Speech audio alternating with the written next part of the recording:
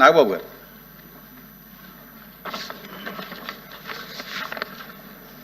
ధన్యవాదాలు అధ్యక్ష.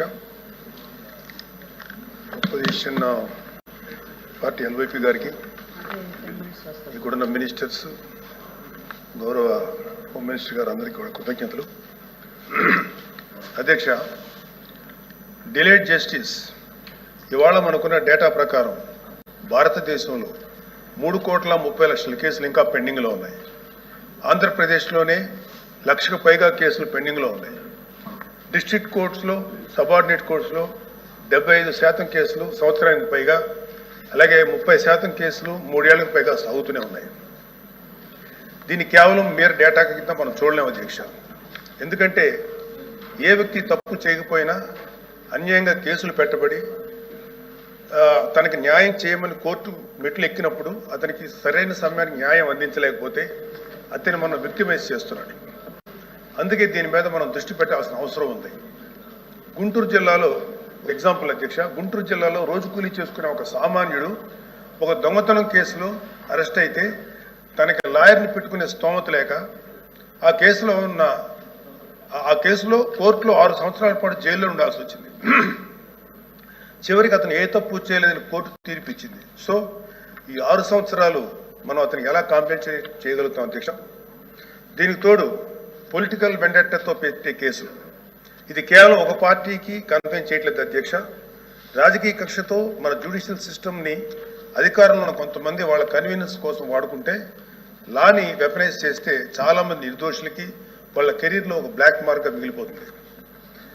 ఉద్యోగాలు, ప్రభుత్వ ఉద్యోగాలు అప్లై చేసుకోలేరు. ప్రైవేట్ సంస్థల్లో ఉద్యోగాలు అప్లై చేస్తే బ్యాక్గ్రౌండ్ చెక్లో ఫెయిల్ అయిపోతున్నారు. పాస్పోర్ట్ సీజ్ చేసినప్పుడు పాస్పోర్ట్లు కనుక సీజ్ చేసే పరిస్థితుల్లో అక్కడ కూడా వాళ్ళని హోల్డ్లో పెట్టేస్తారు. అలాగే సీజ్ అయిన పాస్పోర్ట్ ల్యాప్స్ అయ్యి విదేశాల్లోకి వెళ్లాల్సిన వాళ్ళు కానీ, వాళ్ళ తల్లిదండ్రులని, వాళ్ళ పెద్దవాళ్ళని కొన్ని ట్రీట్మెంట్స్ కోసం విదేశాలు తీసుకెళ్లవలసిన వాళ్ళు కానీ వాళ్ళ పాస్పోర్ట్ సీజ్ చేయడం వల్ల చాలా ఇబ్బందులు పడుతున్నారు అధ్యక్ష. వీళ్ళకి జరిగే నష్టాన్ని మనం కాంపెన్సేట్ చేయలేం. Just because they are political involved we cannot make them scapegoats. ఇలాంటి ఫ్యాబ్రికేటెడ్ కేసుల వల్ల చాలా సమస్యలు ఉన్నాయి అధ్యక్ష. ఇలాంటి ఫ్యాబ్రికేటెడ్ కేసెస్ వల్ల జెన్యూన్గా విచారించాల్సిన కేసెస్కి ప్రయారిటీ ఇవ్వలేము అధ్యక్ష. న్యాయం కోసం కావాలని అడిగే సామాన్యుడికి మన న్యాయ వ్యవస్థ మీద నమ్మకం లేకుండా చేస్తున్నాం. ప్రజాస్వామ్య వ్యవస్థనే బలహీనపరుస్తున్నట్టు గవర్నెన్స్లో మనకి మోరల్ అథారిటీ లేకుండా పోతుంది. సో అందుకే మనందరం పాలసీ పరంగా ఇలాంటి పొలిటికల్ ఫ్యాబ్రికేటెడ్ కేసుల్ని ఎదుర్కోవాల్సిన అవసరం ఉంది. ఇలాంటి తప్పుడు కేసులు పెరుగుతూ పోతున్నప్పుడు మనం చూస్తూ కూర్చుంటే మనం కేవలం అమాయకులు పనిష్ చేస్తున్నట్టే కాదు అధ్యక్ష, మన న్యాయ వ్యవస్థ తాలూకు శాంక్టిటీని కూడా డిస్ట్రాయ్ చేస్తున్నట్టు. So we have to take responsibility as lawmakers, leaders and representatives to ensure that justice not delayed, justice not denied and justice misused. అందుకే ప్రతి పొలిటికల్ సెన్సిటివ్ కేసు మీద ఎటువంటి పక్షపాతం లేకుండా ఇండిపెండెంట్ రివ్యూ జరిపి ఆ తాలూకు కేసుల మీద ఇంటెంట్ మీద త్వరగా డెసిషన్ తీసుకోవాలి అధ్యక్ష.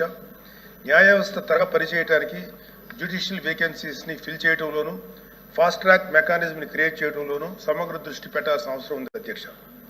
ఇవి ఏవి కూడా లగ్జరీస్ కాదు, నెసెసిటీస్ అధ్యక్ష. So what I want to end with a powerful quote by doctor B R Ambedkar. However good a constitution may be, it is sure to turn out bad because those who are called to work, it happened to be a bad law.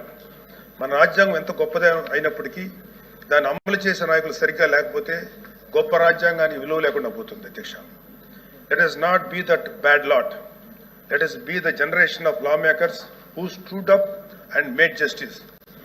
Not just a word inscribed in our constitution, but a living reality for every citizen of Andhra Pradesh. Adhyaksha, thank you very much.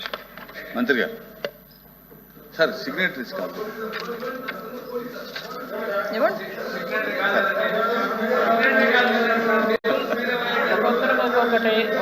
Home minister గారు ఇమ్మన్నారు కాదు, లోకేష్ గారు home minister గారు ఒప్పుకున్నారు.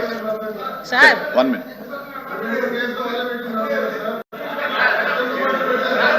Request request అంట request అంట యేసరత్నం గారు చెప్పండి.